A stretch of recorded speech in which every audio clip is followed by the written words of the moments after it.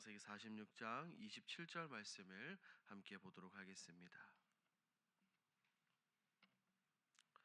창세기 46장 27절 말씀을 우리 한 목소리로 함께 읽습니다.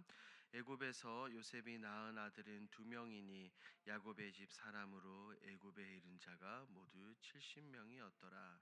아멘.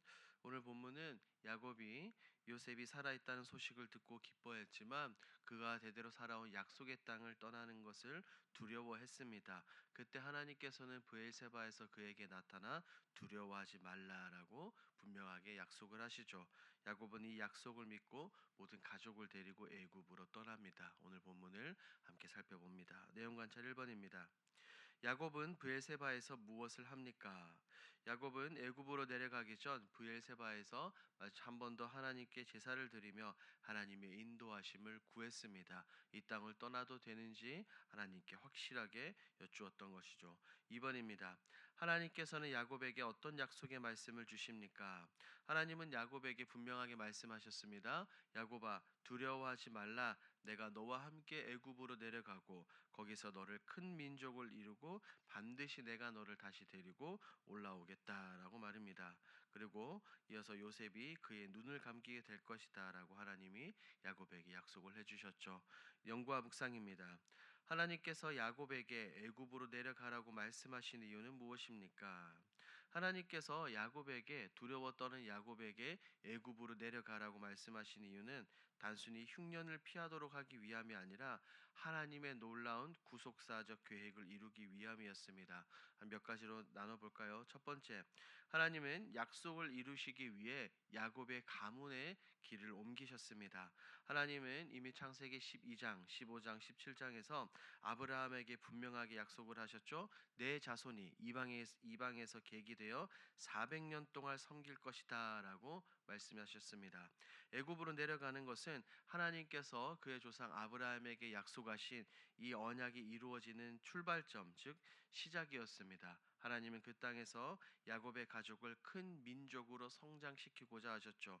그리고 때가 되면 다시 약속의 땅 가나안으로 돌아오게 하실 계획이었어요. 두 번째, 하나님은 야곱의 믿음을 연단하고 확장시키기를 원하셨습니다. 야곱에게 있어서 애굽은 두려움의 땅이었습니다. 왜냐하면 그의 조상 아브라함과 이삭이 애굽에서 실수를 경험했기 때문이죠. 하지만 하나님은 그 두려움을 믿음으로 이기게 하시며 내가 너와 함께 하겠다라고 약속하셨습니다. 그러므로 야곱의 신앙을 한 단계 성장시키기 위해서 하나님은 그를 애굽으로 인도하신 것이죠. 세 번째, 하나님은 고난 중에도 내가 너와 함께 하겠다. 하나님의 동행, 함께 하심을 보여주시기 위함이었습니다. 야곱의 인생은 어떻습니까? 날 때부터 늘 도망과 두려움의 연속이었습니다. 하지만 이번에는 달랐죠. 하나님은 두려워하지 말라. 내가 너와 함께 하겠다라고 약속하심으로 이제는 인간의 계산과 어떠함이 아니라 하나님의 임재와 하나님의 약속에 따라 사는 믿음의 삶으로 그를 초대하셨습니다. 결국 하나님은 야곱 개인의 생존을 넘어 이스라엘 민족을 세우고 하나님의 구원 역사를 진행하기 위해 야곱을 애굽으로 인도하신 겁니다. 하나님은 우리의 이동과 변화 속에서도 결코 실수하지 않으시며 늘 말씀 안에서 약속 안에서 언약 안에서 우리를 인도하시는 거죠. 느낀 점입니다. 하나님의 약속을 붙잡고 믿음의 길을 걸어가는 야곱을 보며 무엇을 느낍니까? 오늘 본문에 등장하는 이 야곱의 모습을 보며 믿음의 길은 확실한 길만을 가는 것이 아니라 약속을 붙드는, 즉 언약을 붙드는 길이라는 것을 다시금 깨닫습니다.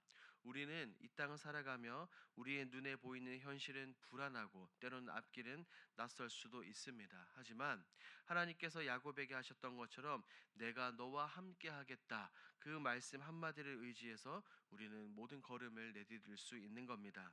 이런 모습들을 통해 우리 역시 믿음이라는 것은 두려움이 전혀 없는 상태가 아니라 두려움 속에서도 하나님의 약속을 붙들고 그것을 기억하며 순종하는 것이라는 것을 깨닫습니다. 하나님이 함께 하신다는 약속을 붙잡을 때 불안한 현실 속에서도 세상과 사람이 줄 수 없는 진정한 샬롬을 가질 수 있고 막막한 길 가운데서도 분명한 확신이 생긴다는 것입니다.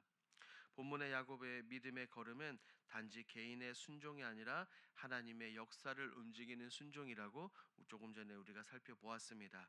야곱의 이 마음을 통해 결단을 통해 한 가정이 보존이 되고 훗날 이스라엘 민족이 형성되는 구속사의 놀라운 길이 열렸습니다. 우리 역시 인생의 전환점과 불확실한 상황 가운데 우리의 처한 환경과 다른 것들을 바라보는 것이 아니라 하나님의 신실하신 약속, 하나님의 그 언약을 붙들어야 되는 겁니다. 하나님께서는 우리의 두려움보다 크신 분이며 하나님의 약속은 언제나 변함이 없다는 사실을 오늘 본문을 통해서 우리는 느끼고 마음에 새길 수 있죠. 적용입니다. 내가 하나님의 약속을 붙잡고 믿음의 걸음을 내디딘 적은 언제입니까?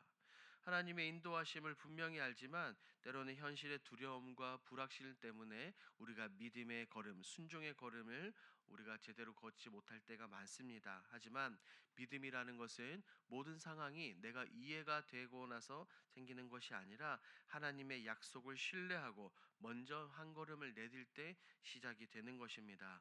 성경 속에서도 이런 믿음의 걸음을 내디딘 사람들이 있어요. 본문의 야곱뿐 아니라 그의 할아버지 아브라함 역시 이렇게 했죠. 창세기 12장에서 하나님이 그에게 내가 내게 보여줄 땅으로 가라라고 하셨을 때 어디로 가야 될지도 모르고 아브라함 하나님의 약속의 인도함에 따라 길을 떠났던 것입니다.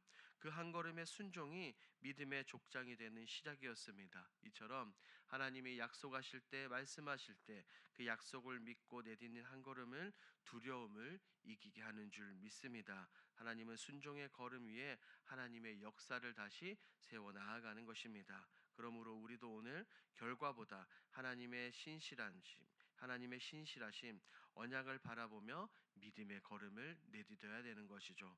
마지막 결단을 봅니다. 약속의 말씀을 굳게 붙잡고 살아가기 위해 무엇을 실천하겠습니까? 오늘 창세기 46장에 나오는 이 말씀을 기억하며 다음과 같은 결단을 해보는 것은 어떨까요? 흔들리는 상황 속에서도 두려움보다 하나님의 약속을 기억하고 약속을 붙잡고 말씀을 묵상하며 믿음으로 모든 것을 해보는 것입니다. 마치 오뚜기가 아무리 밀어도 오뚜기는 다시 일어나는 것처럼 우리 가운데 하나님의 약속과 말씀이 든든히 자리 잡을 때 우리는 다시 일어나게 되는 겁니다.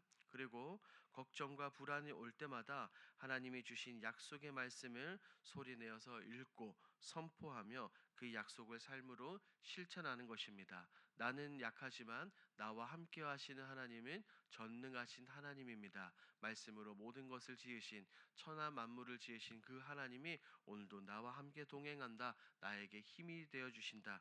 이것을 기억을 해야 되는 겁니다. 이것을 기억하시고 오늘의 삶 가운데 이 모든 것을 실천하시는 저와 여러분들이 되길 우리 주님의 이름으로 축복합니다. 아멘. 오늘 들은 말씀을 기억하며 함께 기도하겠습니다. 첫 번째, 흔들리지 않는 굳건한 믿음의 사람이 되게 하옵소서. 두 번째입니다. 내 지혜와 경험이 아니라 약속의 말씀을 의지하여 믿음으로 걸어가게 하옵소서. 우리 10월 공동 기도 제목입니다. 시공회사를 붙들어 주셔서 성실하게 공사를 잘 감당하게 하옵소서. 마지막 공사 기간 동안 안전사고나 불미스러운 일이 발생하지 않도록 지켜 주시옵소서. 이와 같은 공동 기도 제목으로 기도하시고 여러분들이 가지고 오신 개인 기도 제목으로 자유롭게 기도하시다가 돌아가겠습니다. 우리 주여 힘차게 한번 부르짖고 기도합니다. 주여. 하나님 감사합니다.